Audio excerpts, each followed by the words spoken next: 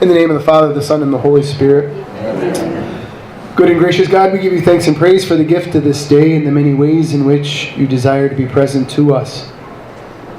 We just ask in a particular way tonight that you may pour your Holy Spirit into our hearts and into our lives, that we may come to more fully appreciate the gift that Jesus Christ is to each and every one of us, and the many ways in which we are called to come to find Him in the lives that we live. We ask all this in your name. Amen. In the name of the Father, the Son, and the Holy Spirit. Amen. Alrighty, well, here we are. And I'm learning to be flexible, which I didn't do a very good job on our pilgrimage at all. I'm not flexible at all. But so the title is Pilgrimage People. And one of the things I'd like to just start off with is this reality of a pilgrimage in general. Tonight you'll hear from at least some of the ones who went in Rome, and maybe even other people who've gone on pilgrimage as well. But there is, since really the beginning of Christianity, this call to go on pilgrimage, this call to leave where you live and to go somewhere else in search of a deeper understanding of the one who calls us. While we went 5,000 miles to another country, you can really go on pilgrimage across town. You can go on pilgrimage down the interstate. You can go on pilgrimage across the country. You really can go on a pilgrimage anywhere. It's really a state of mind and a desire of the heart to be able to really want to step out of your comfort zones, out of the things that you know well, in search of the one who really changes our life. And so tonight we will hear from a variety of people who were on our pilgrimage, some of the experiences and the ways in which we experienced that. For me, it's always a unique experience because, one, I had the privilege to live in Italy for 4 years, and so it's sort of like going back home. It's places that are familiar, it's things that are familiar, it's all kinds of things. And what I began to realize is, no matter how many times you might go back to a place, there's always the opportunity to see it in a new way. And for me, one of the greatest moments is when you walk through the doors of St. Peter's. Because no matter how many people explain it, no matter how many pictures you've seen of it, how many times you watched Mass, there's nothing like that moment that you walk through the doors and you're just speechless. And your senses are just doing everything that they can to try to process this place, this church, in all of its grandeur and wonder and awe. And so what I like to do is to get in there first and then turn around and watch as the people just sort of come through the doors and they're just sort of taken back. Because you think it's big and then you get in and you're like, this thing is massive. And there's just so many things to see. And for me, the great privilege this time, we had the opportunity to do a tour called the Scavi Tour. And it takes you down underneath St. Peter's into the cemetery that was there before St. Peter's was ever built. The cemetery that was there when Peter was crucified and he was simply his body carried up the hill and just simply buried. There's this cemetery. And what happened was they just cut a hill in half, filled it in, and plopped a church on top of it, and they left this cemetery intact underneath. Now, it's not a cemetery like ours here in Watertown. Unless you would imagine, our mausoleum, the building. Imagine hundreds of those lined up in a row, all up and down the cemetery. So these buildings. Well, that's how they did cemeteries. That's how they do cemeteries. And so we had the privilege to be able to go down into this area. And we got to walk through mausoleums in which people were buried thousands of years ago. And the whole point of going down there was not just to see these great cemetery, but to see the bones of St. Peter. And in all of my years of going and all of my years of being there, you get all the way to this point where you get to say, Peter is behind that wall. And then they say, but the doors are locked because they don't want people to look at him right now. And it's like, what? Why would you do this? And so that's what every time, it's been this way. And then this time we went, and they said, oh, the doors are open. And I'm like, what? And so we were ushered into this little room, and you could look through, and you could see a wall with a crack. And in the crack were the bones of Peter, and what they've done is they put him in a special glass box so that the bones won't deteriorate, so that the bones will be able to stay safe for years to come. But they're all just there to look at. And you stop and you think, like, he's really there. Like, his bones are really there. Because I think so often our faith can be something we think about. But in a moment we stop and we see the reality that this man, 2,000 years ago, gave his life. And we can look at it. And not just to look at it and say, oh, I got to see the bones of St. Peter, but to really stop and ponder our own call. That Jesus didn't just call a few people, he calls all of us. And to be able to think about this man and all of his issues and all of his problems and his foot that kept going in his mouth many times, and his boldness and his cowardness, his ups and his downs, and yet one of the greatest churches in the world is placed right on top of him. And so for just a moment we had silence to be able to look at that. And for me, that was probably the highlight actually of the whole thing. To just see it. Like, there he is. In the midst of it all. So there were many other people who had incredible moments and incredible experiences. And so tonight what we will do is we will allow people who would like to come forward and sort of share their moment, their experience. If you get bored, you can always look. We brought professional photographers with us. So we have thousands and thousands of photos, which was easy for me that I didn't have taken the pictures. Because I'm like, they do a far better job than I do. So there are photos as well. Monica, I don't know if you want to... So Monica is the one that actually put it all together for me. So she's really the one that gets all the credit for our trip. So I'll let Monica share. Yep. Without Father Paul, of course, there wouldn't have been a trip. So I refuse to take credit. The beautiful photographs, Jocelyn, I assume these are all... Did you get some stuffs in there with them? Or some similar, maybe? Okay. I was the same way as far as the picture taking goes. I've had people that say, well, tell me about your trip and show me all the pictures. Well, Jocelyn doesn't have the book done yet. So definitely looking forward to that. The reason for my getting involved with the trip, first of all, I thought it would be an amazing trip to take with Father Paul. Second of all, I've been to Rome a couple of times myself, and in some instances have seen the same thing, but there's something different, kind of like Father Paul alluded to, every time, even if it's a place you've been and something you've seen before. For the first time, for me, I had the opportunity that Father Paul was talking about for several of the places we visited, being able to step back and see the awe on someone else's face.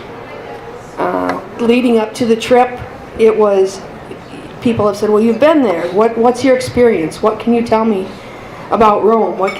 You have a real hard time putting it into words. So there again, thank God for pictures.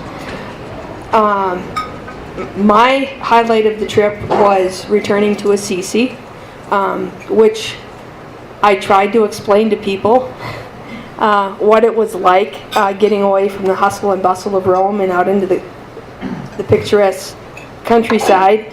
And I know I didn't do a very good job of putting it into words, but once we were there, several people from the group came up and said, told me, I finally see what you were trying to tell me about Assisi. So I sincerely hope that some of the others that were on the trip, because we have some of us, I think, at every table that were part of the pilgrimage. And whether it's telling something that happened to you there's people that are having experiences since they've been back. Myself, when Missy asked us about the trip, and being the pilgrimage people when we got back, myself and Jane Dugan actually, and I said, I don't want to say too much to the group about it because I want them to have their experience. I don't want someone to feel that there has to be, the golden light or whatever, because like I said, this is not my first trip to Rome, and yet I still experience new things about the previous trips that I've had, probably on a daily basis. Something that becomes more clear, or I guess more clear is probably the best. That's what God meant by that when He was talking to me.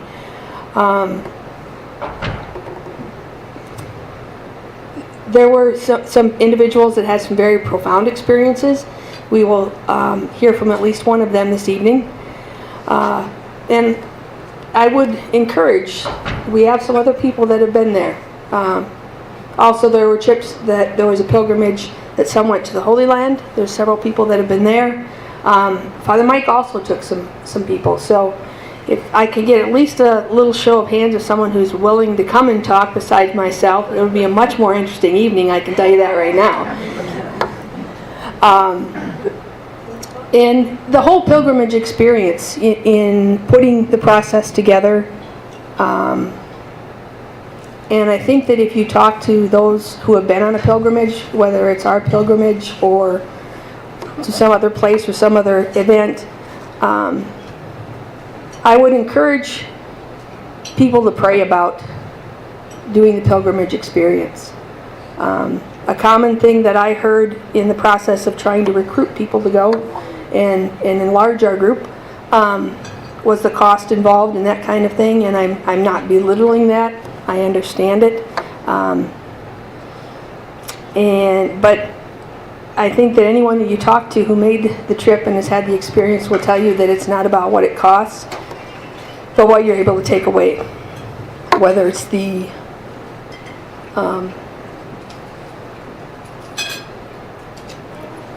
people or the places. It's just, like I said, as far as me coming up here and telling about a pilgrimage, I can't put it into words. It's an experience that we had an incredibly special group of 26 people. And how God selected those of us that were there, I don't know, but I'm sure glad He did. And having said that, please someone else come up and share. One person in particular that we're going to hear from this evening is Tammy Rognes. We have a couple of people from our pilgrimage that are going to be arriving about 7, so I'm kind of like stretching this because Tammy's experience is nothing short of miraculous, and she is blessed that her experience continues since she's been home. What a teaser, huh? Okay.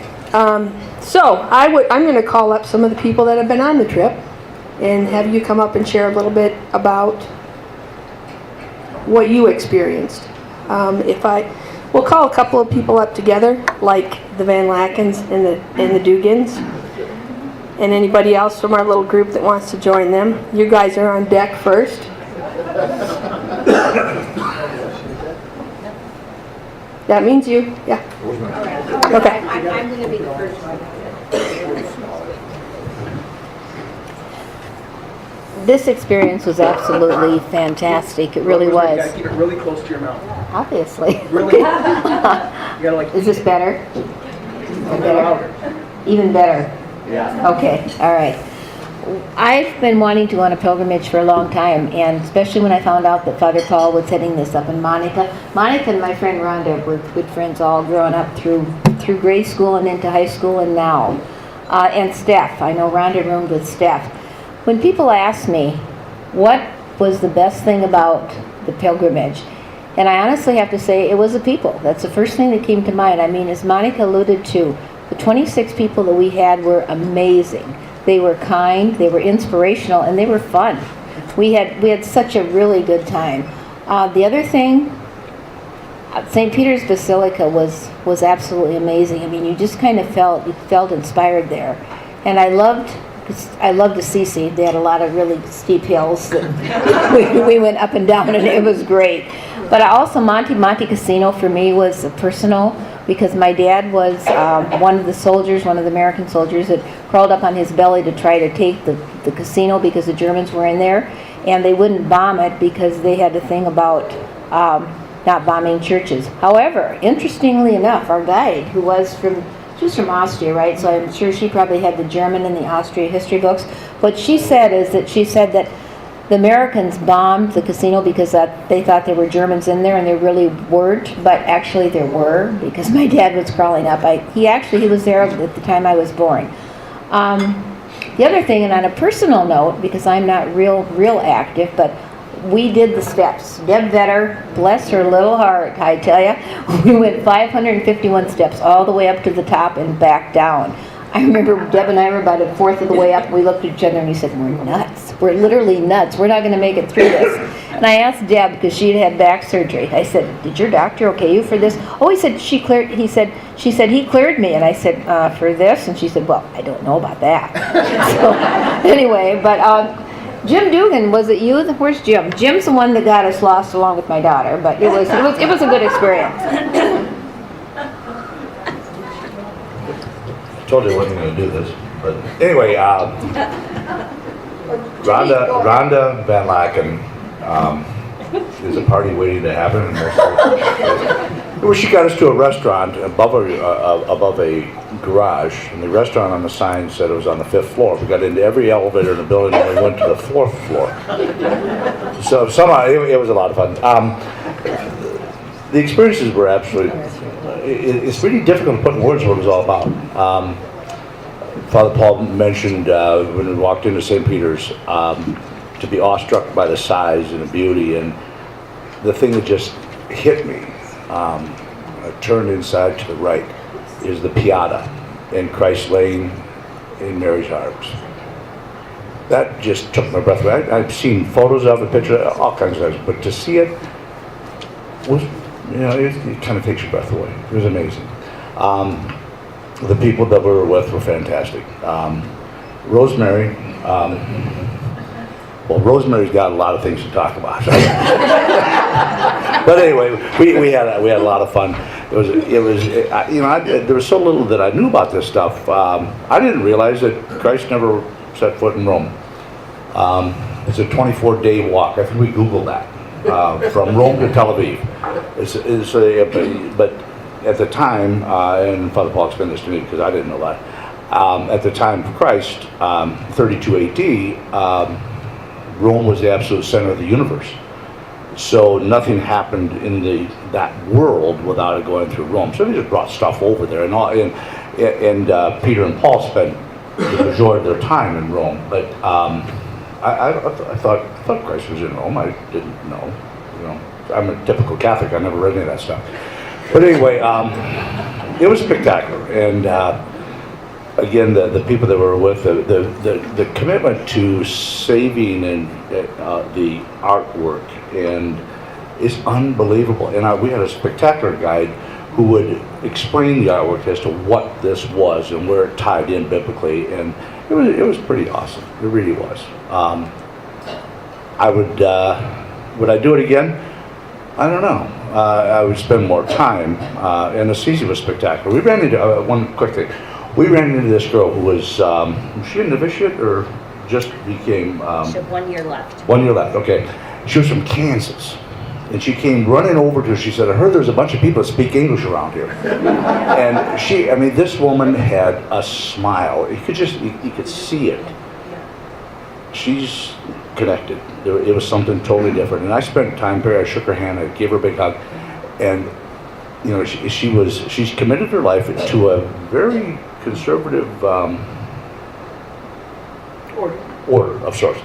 That was absolutely it was funny and at the same time pretty inspirational to see that someone's actually made that commitment. And we were standing outside on our way out of I don't know what. Yeah, well, they kind of run together for me after a while. So anyway, it was spectacular. If you have any opportunity to do it, you can do it. And obviously, it's a commitment, but I'll remember till the day I die. Who's ready? Go ahead. I'm Ron Van Laken, and I'm not going to say too much about it. I know people have asked me what I like the best about Rome, and my answer was all of it. It was spectacular. It was the only thing I didn't think real good was our long walk through the center of Rome, because I had knees bothering me, but that was the longest part of it. We saw a lot of churches. This is Rosemary and I's third time to Rome. I can't remember very much about the first time.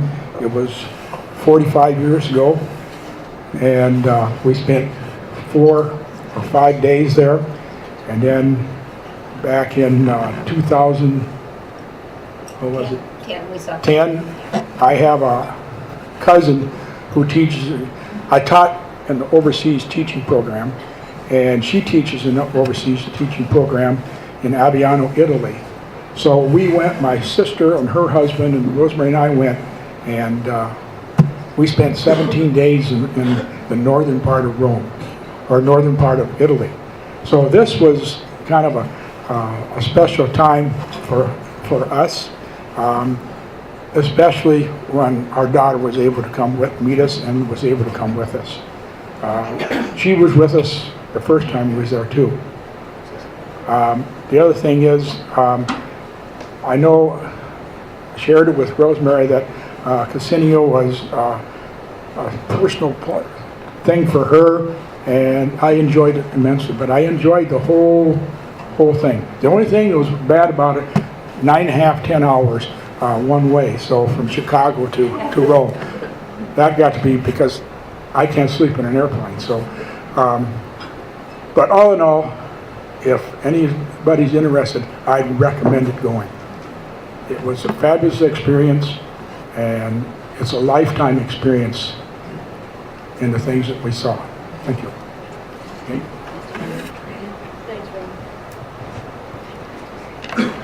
I had to write some things down. I'm Jane Dugan.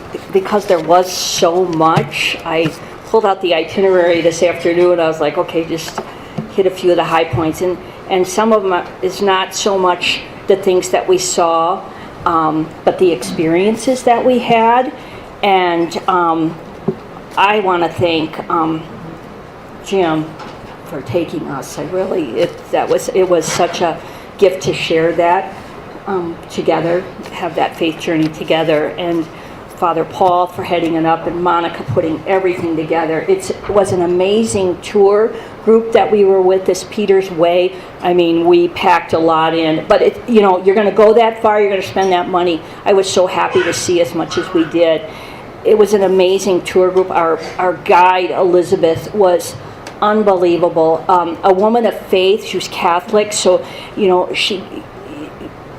there's so much history and art there, but looking at it through the eyes of faith gives us a whole nother level of experience that other people as tourists maybe don't have.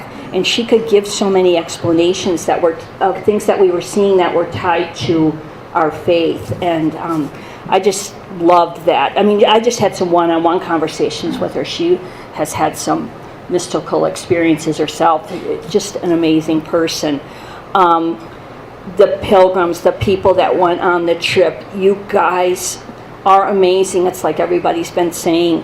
This group of 26 people, there was real diversity in it. 6 guys, so I was really glad there were some other guys along for Jim too. But some people, I've known Rosemary for 40 plus maybe years. Rhonda, Monica, Steph, I knew them when they were kids. I mean, out of the 26 people, 20 of them were younger than us, you know, so we were sort of on the old side. Jocelyn, the baby of the group, you know, and Jan and Ray Wormer's daughter, Diane. I'm so glad you're here tonight. You know, it was just so amazing to experience this with people of faith. John and Becky Weissman, you know, it's people we know, but you get to know them in a new way and hear their stories and hear their faith stories. So there's a bond between us that is really, really amazing. And you'll hear Tammy's story, and she shared it with us. It would have been something that, you know, she could have kept to herself, and it's not easy to share those things, but she shared it with all of us over the course of the time. And so I can't say enough about the people on the trip. The things that we saw, Mass every day at amazing places, Father celebrating, I think you said for the first time as a priest, right, on the altar at St. Peter's. You were a deacon there? Yeah. And so even for Father Paul, he had some experiences he hadn't had before. We Mass one day in front of the tomb of St. Peter. St. Agnes, the Church of St. Agnes, another one of the early martyrs. You just think about the people that gave up their lives for the faith in order that we here today can share this and talk about it with you. I mean, it's amazing. I don't know if I have the guts that a lot of those people have. St. Benedict, when we went up to the Abbey that Rosemary was talking about, it's like 7,000 feet up. They climb up there. I'm like, I don't have the guts to do that. We took a bus, and I was like nervous, you know. It's just so amazing the power of their faith and what God can do with a little bit of faith. And so I found those experiences really amazing. My mother has a deep devotion to our Mother Mary, as well as St. Francis. So going to Assisi was really special for me. She has memory loss now, but she's been there. And so I didn't bring anything home for her. The best thing I thought I could do is I had a Mass set for her at the Basilica there. Assisi was amazing. It was like you were stepping into another world, a movie set or a painting. It's just so amazing there. The pace is really different than Rome, but so beautiful. Orvieto, where there was a Eucharistic miracle. There was a priest who celebrated Mass all the time, and he had doubts. Is this really the body and blood of our Lord Jesus Christ? And God spoke to him, and as he celebrated the consecration at this chapel, where we had Mass, blood dripped from the host onto the corporal. And that's where the feast of Corpus Christi first began. I didn't know that.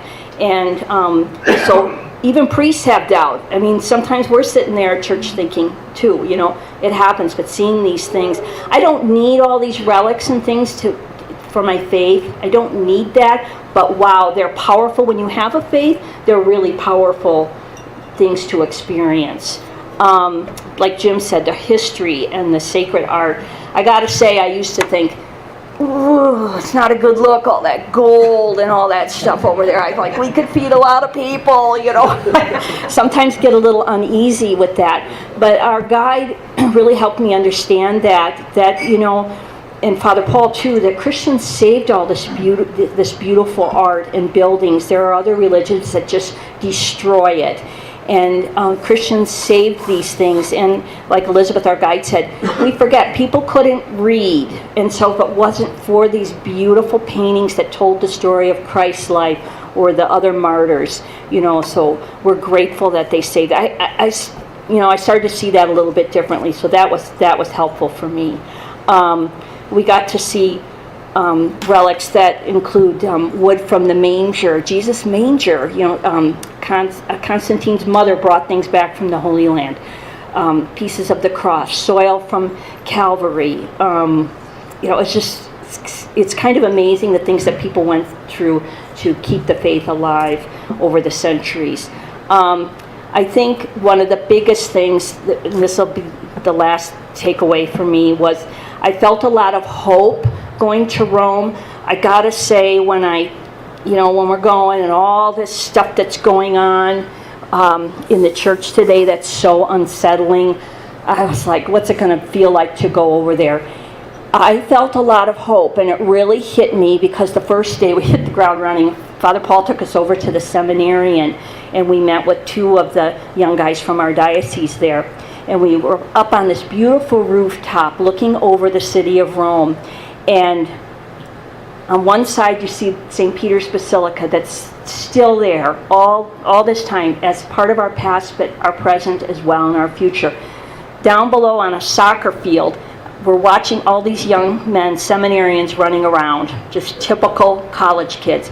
And I thought, our past and our future. And I looked down there and I thought, there could be a future pope there.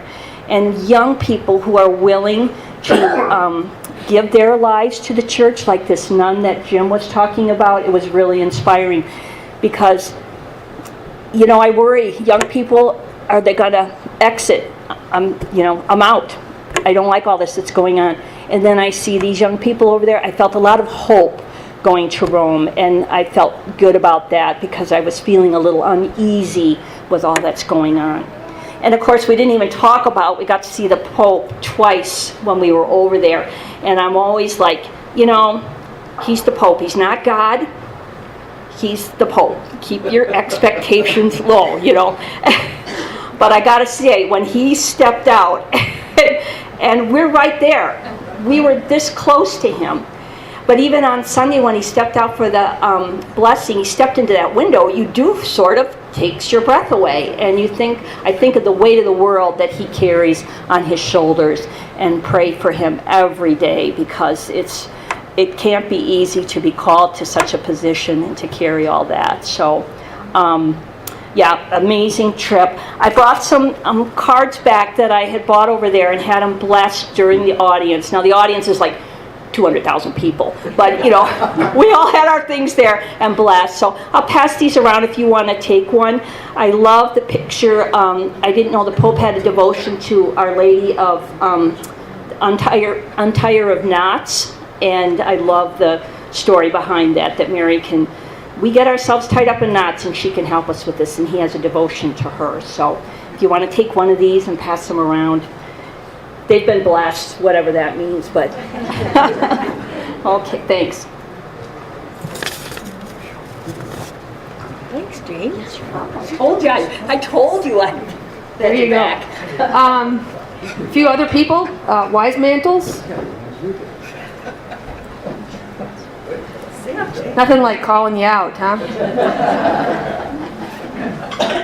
Scott, you want to come on up? Steph? They said it all. They said it all? Jocelyn, Diane, Cindy?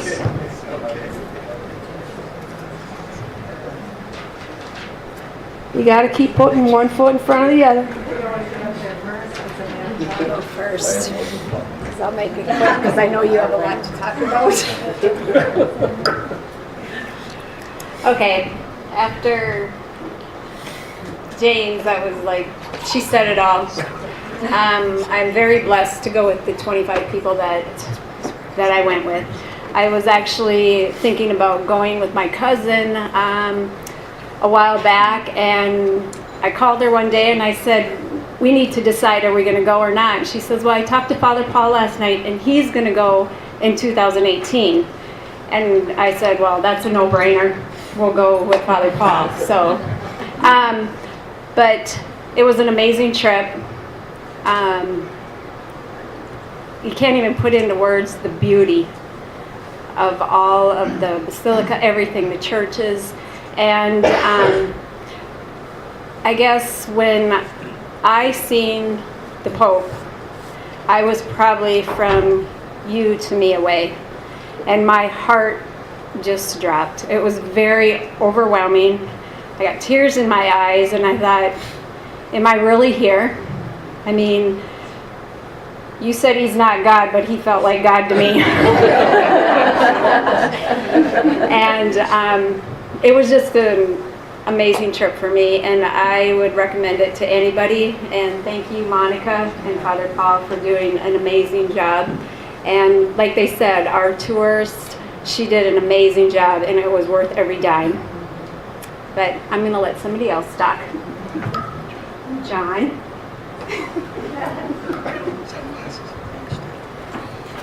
John Weismantel. Becky and I went as a couple with this group.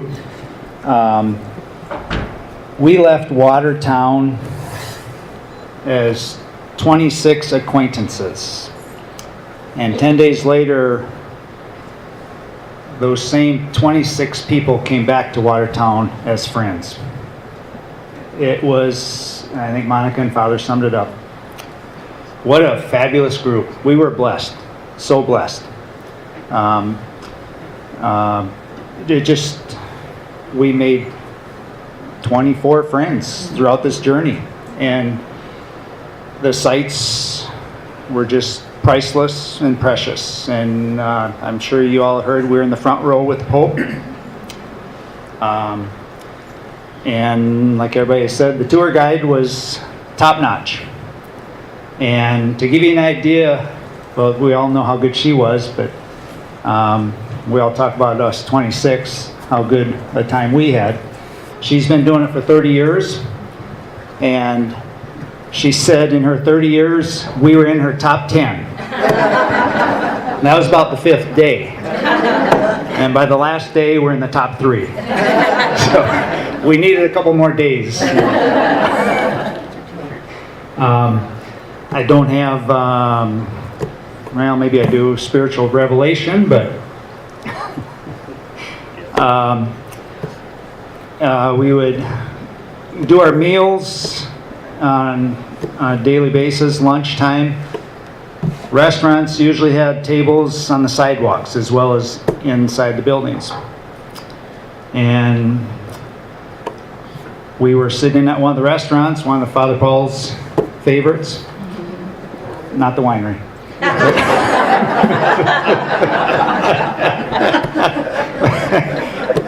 And the Don Riefenberger, Deb Vedder, Diane Frisky, or Weber, the 3 Friskies, or the 3 Amigos, and Jocelyn. They were in the group, and they everything was Coke Light, Coke Zero, whatever, Zero Coke. And those girls were just dying for Pepsi. No Pepsi to be found. And this was in the 3rd day. We're at our tables eating lunch. I got to back this up. When we were flying out of Sioux Falls, the whole group got pre-check except Father Paul and I. And I think they were sketchy about the guy with the collar. But so him and I have to go all the way back in the other line for taking off our shoes and everything else, clothes. And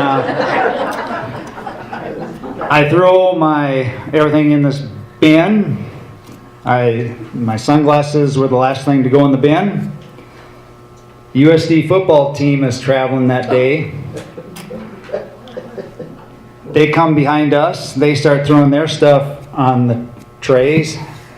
And one football player throws his stuff in my bin. Smash the sunglasses. We haven't even begun our journey. So I'm complaining to everybody at the gate how I don't have sunglasses for 10 days. Football player broke them, and there's nothing I could have done about it because he was up here. So, about the 3rd day into this journey, we're at the restaurant on the sidewalk, and Frisky girls and Jocelyn looking for Pepsi. A Pepsi truck drives by. I flag him down, and I ask him where we can get Pepsi. He motions down the street just down the street, a little mini mart. You can get Pepsi. So the girls are grateful. The Pepsi driver gets back in his truck. He comes back out towards me carrying a package. And he says, because you requested Pepsi, my gift to you.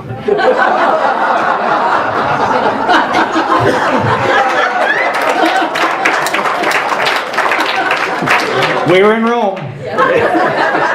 So it was somewhat of a revelation, but not quite like Tammy's. But no, thank you for everybody who went, and thank you, Monica and Father Paul. Thanks, John.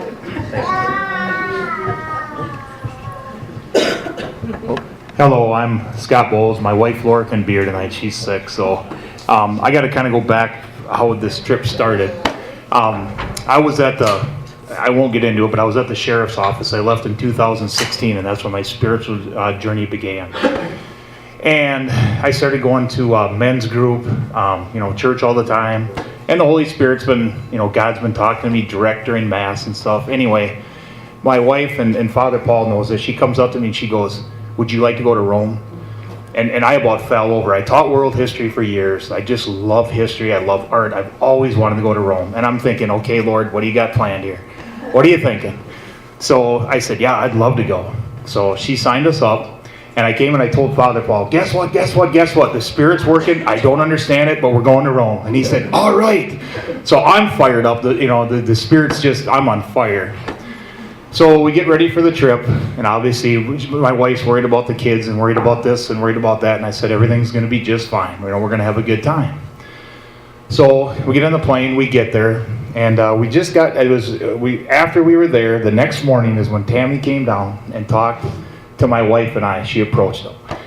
And her and Laura embraced, and I knew, okay, there's something going on. And I don't want to tell her story because she's going to be telling it. And I thought, Lord, you just work in the most mysterious ways. We're 5,000 miles away from Watertown, and you're working through somebody else. And I'm just watching God work through every single person on this trip. And that was the best part of the whole trip, is just watching God work through everybody on the trip. And just, of course, the sightseeing, all the churches. Father Paul got to do Mass, at all the places he wanted to do Mass at, which was just awesome. St. Peter's was just great. Seeing the Pope. I guess the highlight was just the people and just talking with them and just getting to know them, the friendships, and just seeing how God's working in everybody's life. That was the highlight to me, just watching. And of course, Tammy's story, wow. What she did for my wife, Saturday when this was just last Saturday. I know I'm kind of speeding forward, but it was the food was good, the sights, but to me it was more than that. My wife, she lost both her parents from cancer, and she's been angry at God. And I've been praying for 2 years hard on this, trying, just praying for her. She woke up Saturday morning, and she said, I just want to let you know that I forgave God for taking my parents and your dad. And I just sat there. I couldn't believe it, because we talk about Tammy all the time. We're talking about what Tammy experienced over there, and she really starting to open up.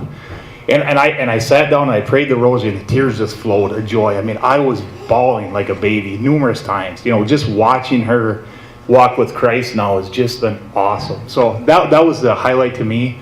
We were meant on that trip, and I didn't understand why. Now I know.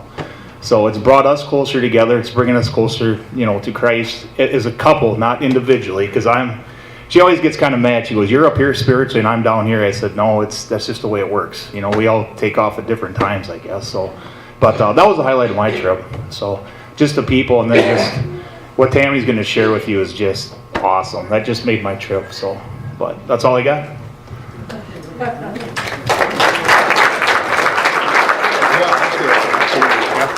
Yeah. Okay, anyone from possibly another pilgrimage or a different trip, whether Holy Land or Rome, that would like to say a few things?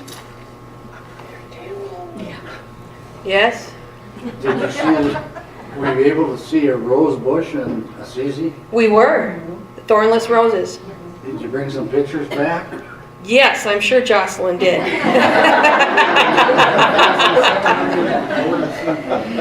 Okay, so without further ado, I'd like to introduce Tammy Rogness.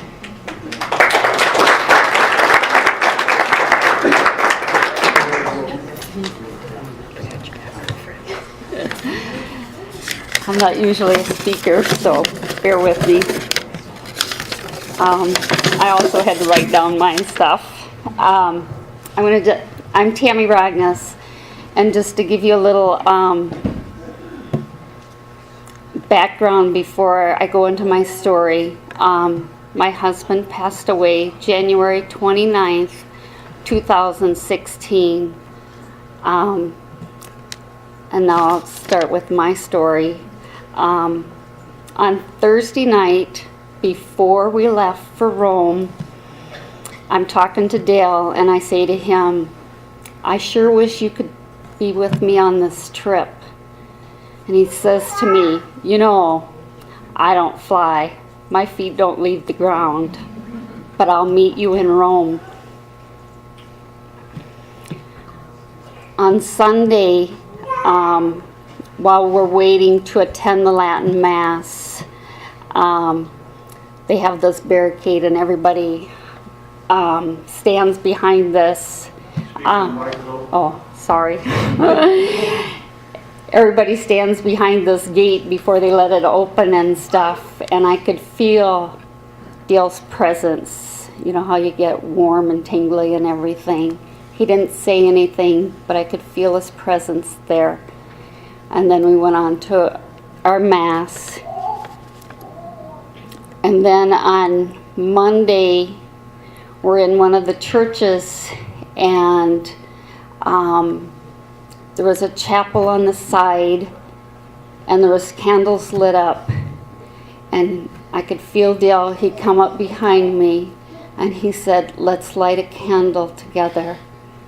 And then we sat in the chapel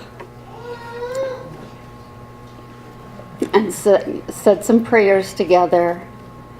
And then he kind of just fades away, and we go on our day. Then Sunday night, Monday night, well, it'd be 1:05 in the morning, in our room, this really bright light comes into the room, and up in the corner is Jesus and Dale. Dale's on the left-hand side. He's always on his left-hand side. And they say to me, enough is enough. Your heart is frozen. You're not really living. You're just existing. The last 3 days, you've gone out of your comfort zone and visiting with these people and seeing all these beautiful places, which I don't do this stuff. You know? He says, you see all these beautiful places, but you don't feel the real beauty because your heart is frozen. You're not letting anything soak in.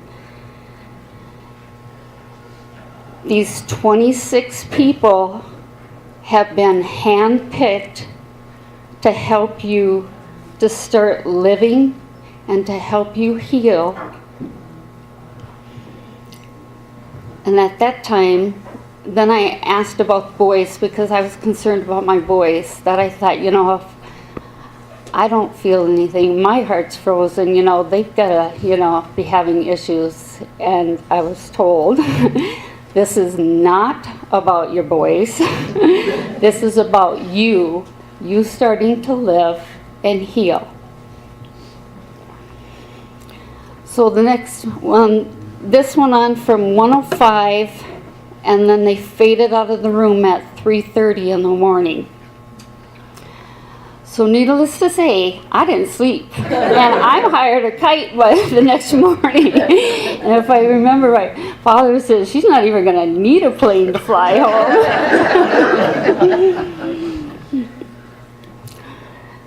So then on Monday night at bedtime, I lay down, and then here comes Dale and Jesus into the room, this bright light again. And my first thought was, oh boy, here we go again.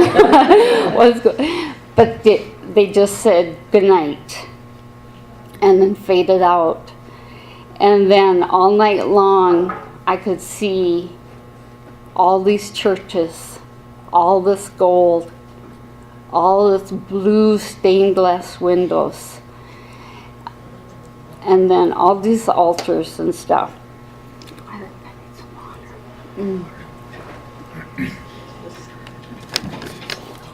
And then there was this gold statue of Mary that I could see.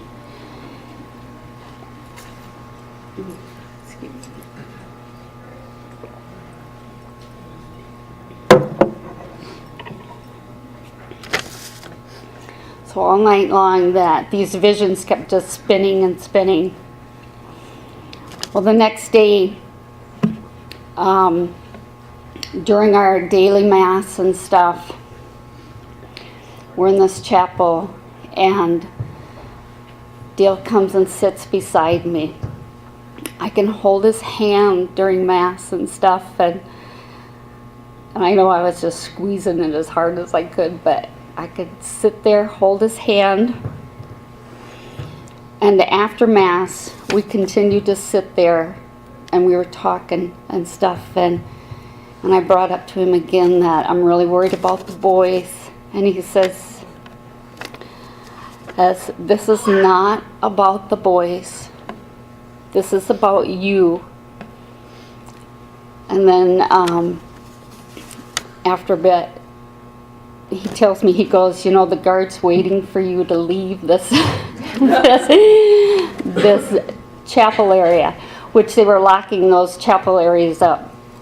So then when I leave that chapel area, I don't even know where the group is, and I happen to see them in an area, and when I go to that area, it was everything I seen the night before.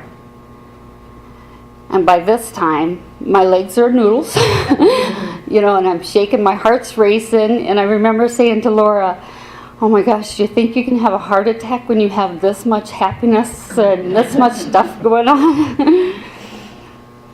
But then I remember sitting at the back of the church, just trying to pull myself together, because I could hardly stand, my legs were so wobbly. And then we must have had free time at that time just to look at the church and stuff. But then Diane comes and says, you know, we're starting to move, the tour's starting to go and stuff. And I remember telling her, I don't know if I can go down those steps and stuff because I don't think my legs are even going to hold me. Well, we make it down the steps, and 3/4 of the way across this, it was like a corridor, patio, or whatever. And then I hear this voice, stop, just stop. We need to calm you down.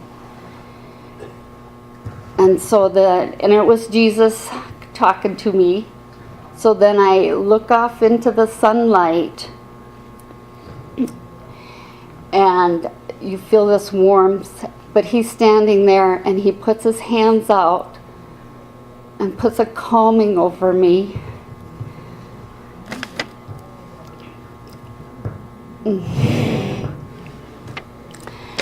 And so then by the time we got done with that, we'd lost our group. There was a couple of us.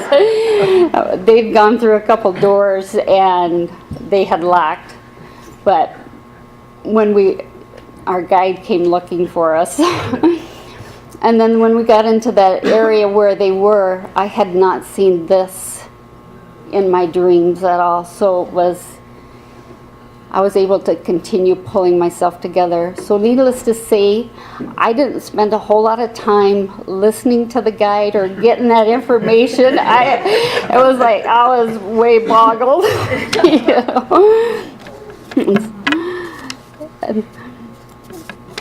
And then Sunday morning, when I wake up, I could smell roses in the room. And at first I'd gotten up and I thought, I don't remember my pillows or the blankets smelling like roses and stuff. And then I went back to bed and the scent came into the room, really strong. And then there's this big vase that I can see. It's about this tall. It's filled with pink, red, and white roses. And they're fully bloomed and everything. And Dale appears and he says, here's some roses from heaven. These are ones that you can have. He never ever had to buy me flowers because I couldn't have them in my house.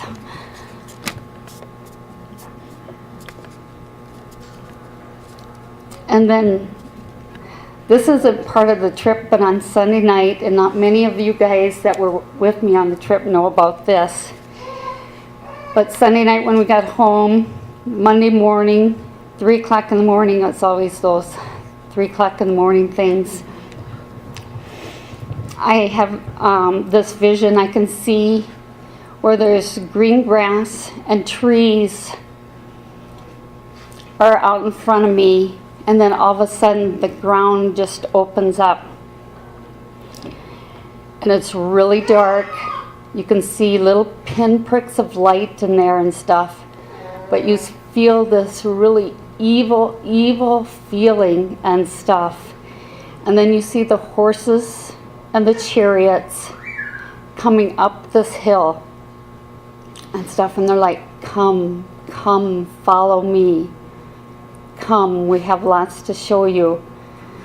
And I can just remember, no, I will always follow in the Lord's footsteps. He will always be my guiding light. Then Jesus appears up in this corner of the room, and then the ground just closes up. Then over here they come again. Same thing, the ground opens up, the horses and the chariots come, and they're like, come, follow us, we have lots to show you. And you can feel the evilness, and it's like, no, I will always follow in the Lord's footsteps. He will always be my guiding light. Then Mary and Jesus show up here. And then the ground closes in. And then they come the third time. And it's all gray. It's like light gray cement going down a hill. And then there's like a tunnel.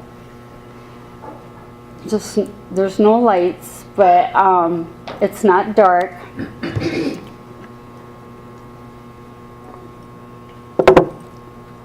And you can hear them saying, come, follow us. We have lots of beautiful things for you to see. Again, you can feel this evilness. And I remember, and I said, no, I will always follow in the Lord's footsteps. He will be my guiding light. Well, then Jesus and Mary show up here. Then there's this cross with Jesus hanging on the cross. That's a gorgeous cross. And I'd seen it in one of the churches. And then the Last Supper that I talked about on the day that we seen the Gold Mary, there was this beautiful Last Supper that showed up. And then everything just kind of faded away. And that's my story.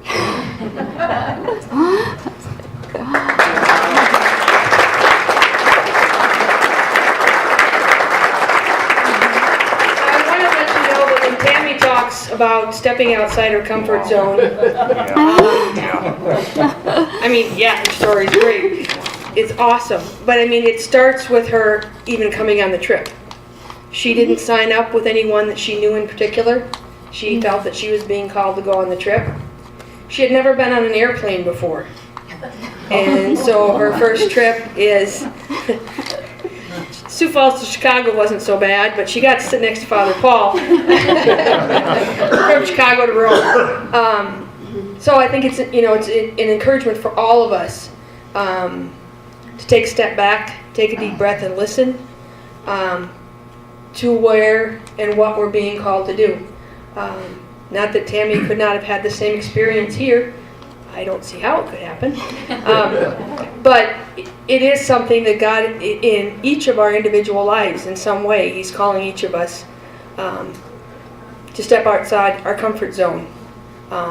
He's speaking to us, each and every one of us. And I'm so thankful for the gift that is Tammy, because sometimes it takes an extreme for us to appreciate not only the extreme, but the little things that we're being called to do. Father Paul, anything in closing? Any questions that anyone has about the trip? Any other pilgrim people that would have it? I know it's kind of a tough act to follow here.